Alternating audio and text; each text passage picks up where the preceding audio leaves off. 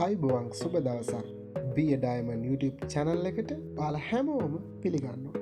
අද අපි ඉගෙන ගන්න යන්නේ පුංචි sentence pattern එකක් ගැන. If you want to improve your speaking skill, watch this video.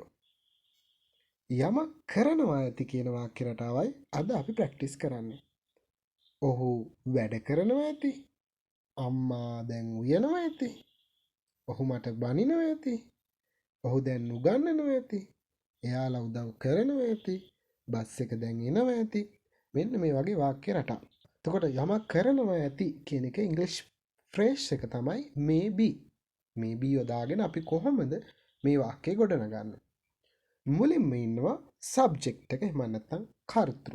ඊළඟට ගන්නවා maybe, ඊළඟට ගන්නවා ක්‍රියාපදය, ඊළඟට ing ඒ ක්‍රියාපදයට එකතු කරන්න ඕන එක. ඊට පස්සේ rest, තව කොටස් තියෙනවා නම් අන්න ඒවා ඇඩ් කරනවා. අපි බලමු. ඔහු දැන් වැඩ කරනවා ඇති. ඔහු දැන් වැඩ කරනවා ඇති. අපි යමක් මේ වෙලාවේ වෙනවා ඇති කියලා උපකල්පනය කරනවා. හරියටම දන්නේ නැහැ. හරියටම දන්නවා නම් අපිට present continuous එකෙන් කියන්න පුළුවන්. He is working now. නමුත් අපි මෙතෙන්දි කියන්නේ අපි හරියටම දන්නේ නැහැ. නමුත් අපි නිශ්චය කරනවා ඔහු මේ වෙලාවේ මේ වැඩේ කර ඇති කියලා. මේ වෙලාවේ මේ වැඩේ කරනවා ඇති කියලා. ඔහු දැන් වැඩ කරනවා ඇති. ෆෝමියුලා එක හැටියට බලමු. සබ්ජෙක්ට් එක ඔහු, ඊළඟට ගන්නවා maybe, ක්‍රියාපදයේ work වැඩ කරනවා, ඒකට එකතු කරනවා ing, now කියන එක දැන් ඉතිරි කොටස විදිහට ගන්නවා. එතකොට වාක්‍ය හැදෙනවා ලස්සනට. he may be working now. he may be working now. ඔහු දැන් වැඩ කරනවා ඇති. අපි තව වාක්‍යයක් බලමු. චානුක දැන් රෑ කෑම ගන්නවා ඇති. රෑ කෑමට අපි දන්නවනේ වචනේ dinner කියලා. එතකොට අපි කොහොමද කියන්නේ? අර ෆෝමියුලා එක බලන්න. ඒක මම නැවත විස්තර කරන්න යන්න වෙලාව යන නිසා. Chanuka may be having his dinner. Chanuka may be having his dinner. Chanuka may be eating his dinner කියන්න පුළුවන්. ඒක ටිකක් ග්‍රාම්‍ය හින්දා අපි having his dinner. චානුක දැන් රෑ කෑම ගන්නවා ඇති. අපි හිතනවා Chanuka may be having his dinner. ඇය දැන් එනවා ඇති.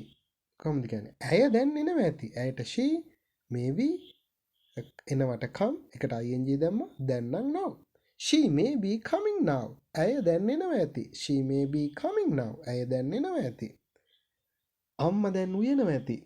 අම්මා දැන් උයනවා ඇති. හිතන්නකෝ අපි දැන් තාව කෙනෙක්ගේ ගෙදරකට ගියාම ඒ ගෙදරින් කියනවා අපිට කාලය යන්න ඉන්න කියලා. එතකොට අපි මොකද්ද කියන්නේ? Sorry auntie. I have to leave now. Amma may be cooking now. Amma දැන් උයනවා ඇති. I will come another day. මං තවත් දවසක එන්නම්. අම්මා දැන් උයනවා ඇති. අම්මා may be cooking now. අම්මා කියන එක අපි spoken English වල අම්මා කියලාම පාවිච්චි කරනවා. එතකොට ලස්සනයි. ඊළඟට කියනවා where is the baby? කෝ බබා? එතකොට කියන්න පුළුවන් අපිට බබා නිදි ඇති. Baby may be sleeping now. බබා දැන් නිදි ඇති. බබා දැන් නිදි ඇති. Baby may be sleeping now. ඔහු මට බනිනවා ඇති. කොහොමද කියන්නේ? ඔහු මට බනිනවා ඇති. He may be බනිනවට is called ing. මට me. He may be scolding me. He may be scolding me.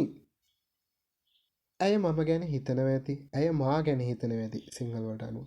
ඇය මා ගැන හිතනවා ඇති. ඇය හිතනවා ඇති. She may be thinking. She may be thinking of me කියන්නත් පුළුවන්. about me කියන්නත් පුළුවන්. She may be thinking of me. She may be thinking about me. ඇය මා ගැන හිතනවා ඇති කියලා මට හිතන්න පුළුවන්.